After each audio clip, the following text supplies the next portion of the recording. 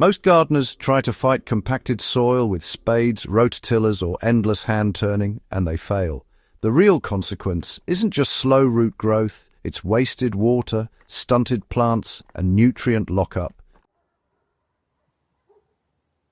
Compacted soil suffocates roots, reduces microbial life, and turns your garden into a constant battle against nature instead of working with it. If you want to stop fighting your beds and start fixing them in days instead of months, subscribe now. This is not fluff. I've tested this slurry trick in raised beds, in-ground plots and soil-based hydro setups, and it works reliably when done right. You're probably adding compost wrong and making compaction worse. Most advice tells you to spread a thick layer of compost or mulch and then hope it penetrates the soil over time. That's a slow, hit-or-miss approach. On tight soils, repeat applications every 3 to 5 days for about a week. On sandy soils, you really only need one application, since percolation happens so quickly. Microbial life, honestly, is the key here. Compaction isn't just a physical problem. Soil biology is the first thing to suffer. When microbes are trapped in oxygen pore zones, decomposition slows right down, nutrients get locked away, and roots can actually suffocate. The slurry reintroduces life deep into those compacted layers. If you use a mixture with just a small handful of finished compost or worm castings per batch, you're inoculating the soil while hydrating it. This kind of jump-starts nutrient cycling, and you don't need chemical fertilizers. Now, why do I add clay or biochar? Well, some gardeners just stick to water and compost, and that works, but it's definitely slower. Adding clay or crushed biochar actually improves slurry retention in the soil. Bentonite clay swells up, opening microchannels as it hydrates, while biochar acts almost like a sponge for water and nutrients. Both of these give roots and microbes a stable habitat and help loosen those dense layers. You only need a small amount, though. Too much clay can actually stiffen the soil, at least for a little while. Timing matters more than you might think. I always apply slurry early in the morning or late in the evening to avoid rapid evaporation. The soil should be moist, but not saturated. If it's too dry, the slurry just runs off, and if it's too wet, it puddles up on top.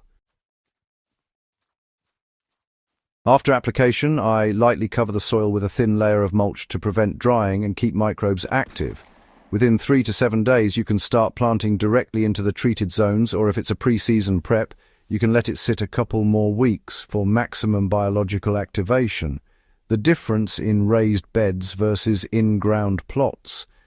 In raised beds, compaction tends to be less severe, but beds can still dry and crust.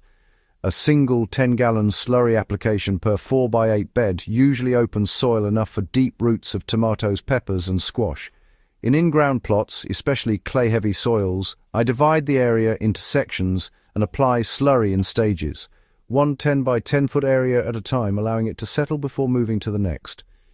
This prevents oversaturation and ensures microbial colonization. Hydroponic systems aren't exempt. You might think hydro growers don't need this, but any soil-based or media-based system benefits. In soil-based hydro beds, slurry can reinstate microbial life lost in coco coir or peat-only mixes. I use a diluted version, half compost, half water, and just a teaspoon of clay per 5 gallons to hydrate and inoculate media before planting. Within days, root zones are visibly more active and nutrient uptake stabilizes without increasing chemical feed. Why this beats tilling? Tilling or spading temporarily loosens soil, but compaction returns quickly as water settles or rain compacts the soil again.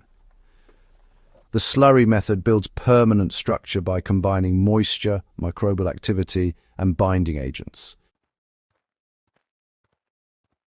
Over time, the soil aggregates naturally, roots penetrate deeper, water infiltration improves, and you can reduce overhead irrigation by up to 30% in my experience.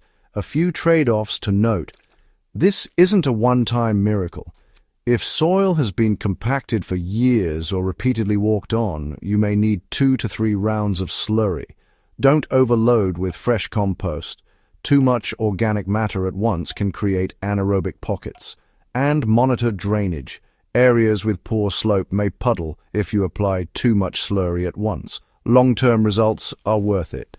After several seasons using this technique, my raised beds maintain loose, crumbly texture with minimal intervention. In-ground plots previously stubborn and dense now produce bigger roots and higher yields with less fertilizer.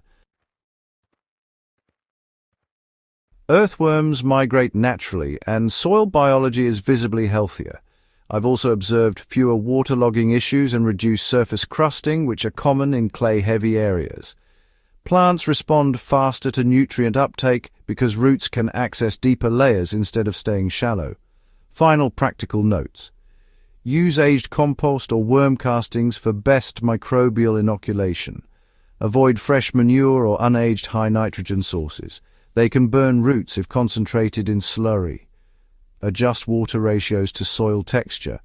Heavier soils take more water, sandy soils less. And don't forget to lightly mulch after application to preserve moisture. The biggest takeaway: compaction is both a physical and biological problem. Address both with the slurry method and soil resets in days instead of months. If you're serious about growing healthier, stronger crops with deeper roots, subscribe to Husbandry for more tested, practical techniques. Share this with a fellow grower who struggles with heavy clay, compacted beds, or slow-draining soil. Better plants start with better soil, and this slurry trick gives you the fastest, most reliable path to it.